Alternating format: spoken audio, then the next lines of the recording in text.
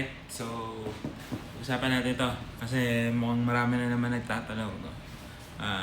I won't teach you how to do it, but I'll give my insights, no? And uh, correct some misconceptions. No? So, misconceptions on vibrato.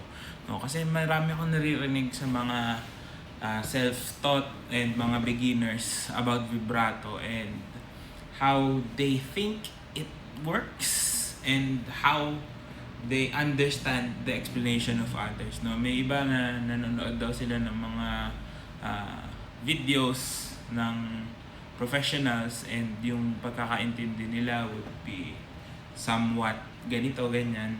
Pero based on my experience, tuturo ko sa inyo kung ano yung mga misconceptions na yan. Okay? So first na misconception is vibrato daw yung parang life-saving technique or yun yung kailangan niya para magpaganda ng tunog. So, sorry to say, hindi yan totoo, no? Kasi vibrato is only, actually, yung iba, I-consider this as an extended technique. Meaning, yung iba, sa tingin nila, hindi essential yung vibrato in order for you to play beautifully, no? May mga ibang tao na ganun mag-isip, may ibang mga schools of thought na merong konting pwede sabihin effect yung pag-vibrato. But everyone would agree siguro, even the mga pedagogues and professionals, na vibrato is something you learn a little later. Hindi siya foundational technique, no, kung nagsisimula ka pa lang mag-aral. So, focus on good tone production, focus on bowing, intonation, tsaka na yung vibrato pag kaya-kaya mo na siyang intindihin. Okay. So, another misconception na naririnig ko is that vibrato daw is subjective. Okay, paano naging subjective, di ba? Well, yung bowing techniques natin, di ba? May detailed explanation kung bakit kailangan ganun gawin. Actually, yung vibrato, ganun din. Okay, nagiging subjective lang yung vibrato when it comes to interpretation.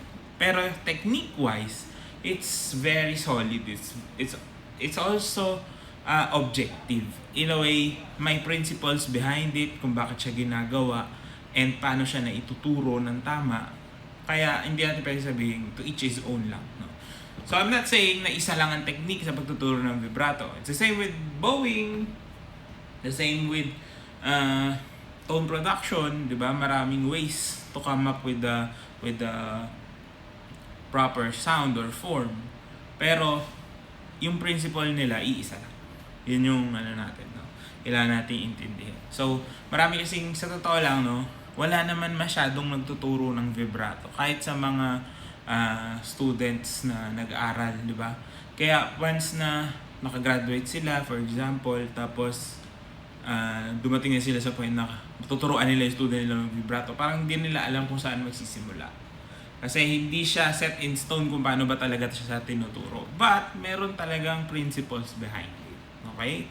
So, bakit ako alam ko? No? Kasi nagtatanong ako, I'm generally curious about it. Tsaka, may mga nagturo din sa akin about vibrato. No? So, yung iba, di ba? Especially yung mga magagaling talaga, no? Mga sikat na violinists here and abroad.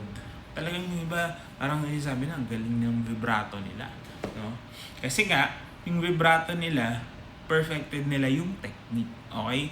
So, ibig sabihin, may prosesong pinagdaanan, pinag-iisipan, it's well thought out, it's structured. Yung iba kasi iniisip nila, vibrato, papaalugin mo lang, ganyan. No. Kaya alam nila yung ginagawa nila, it's not just because feeling lang nila yun. But may deeper sense into it. No, vibrato is not just about fluctuating sounds. It could also be used as a rhythmic tool, 'di ba? So marami siyang iba pang gamit na akala natin aalog-alog lang, gaganda na yung tunog. Hindi siya ganoon. So, if you understand it better, mas ma-objectify mo siya in a way, maintindihan mo ano ba yung mga kailangan niya. Actually, nagtataka din ako kasi mababasa mo to, no, sa mga technique books, sa mga libro about teaching and playing the violin. Pero I don't think yung execution na ituturo din ng karamihan is is nakakatulong. Siguro ganun, let's just put it that way. Yung may tamang explanation para magawa siya ng tama. Okay? So, again, vibrato is the same as bowing, the same as pressing down. Lahat yan may objective para mo gawin. Hindi siya basta-basta lang na feel ko lang ganito. Hindi siya ganun. Okay? So, yan. Yung mga common misconceptions eh. And then another one na naririnig ko is about execution naman. No? So, yung iba akala na nila aalog-alugin lang or ifa-fluctuate. Yes, tama naman na ifa-fluctuate mo. Pero at what extent or at what point? Diba? And then also, gaano ka luwag, gaano ka open, ganyan. So, marami talaga siyang nuances na dapat mong pagdaanan muna. Yung foundational technique niya, which is proper hand form, no? And also, proper intonation. Kasi yung vibrato nga is a fluctuation of tone or a fluctuation of pitch. Kailangan alam mo kung saan yung basis mo. Saan ka manggagaling. And also, vibrato isn't just going back. May times that you also move forward. No? Pero, yun nga, hindi ganun kalaki. It's very minimal yung movement. Yung iba pa, sinasabi, ang movement ng vibrato starts from the fingers. Ito, no? Laging pinapakita yan, no? Actually, kahit yung mga nakapag-aral, ganyan sila nagpapakita ng vibrato. Yes, yung movement na to, importante. But, it doesn't really come from your fingers. Hindi talaga siya doon ang gagaling. May iba pa siyang pinanggagalingan para ma-execute ng fingers mo yan. Okay? So, I won't go into detail about it dito sa video na to. I'm just trying to inform some people. Okay? Comment down below kung may iba pa kayong questions. We'll try to answer it. But basically, huwag nyo isipin na yung vibrato is trip-trip lang. Okay? Kasi kung pag-aaralan mo siya ng tama, yung form, kung paano siya ginagawa, yung kung tawagin natin is timing, 'di ba? Kung paano siya ina-apply, marami kang bang mapupulot. So, the thing about music is it's an art form, but in order for it to be considered art, you have to be able to perform it objectively. Okay, paano yun? Kasi lahat ng technique natin ay pwede mong ituro. 'Di ba? Hindi yan feeling lang. Lahat ng technique na ginagawa sa violin ay pwede mong matutunan through the proper instruction and understanding of scientific principles, guys. Ganun siya kalalim.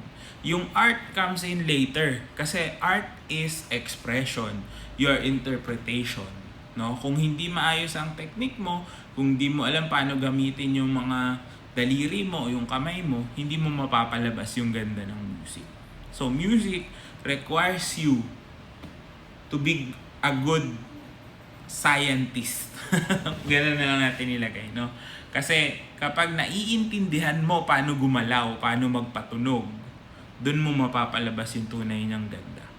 So, it's not something that you just wing it. Diba? Yung iba, iisip na, tugtula ako ng tugtog, gagaling din ako. Pag hindi mo naiintindihan yung ginagawa mo, hindi ka rin gagaling. Kahit anong gawin.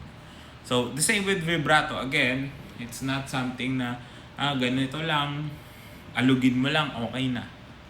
It's well thought out, it's methodical, and there's a proper way to do it. So, good luck sa mga nag-aaral dyan, and like for more.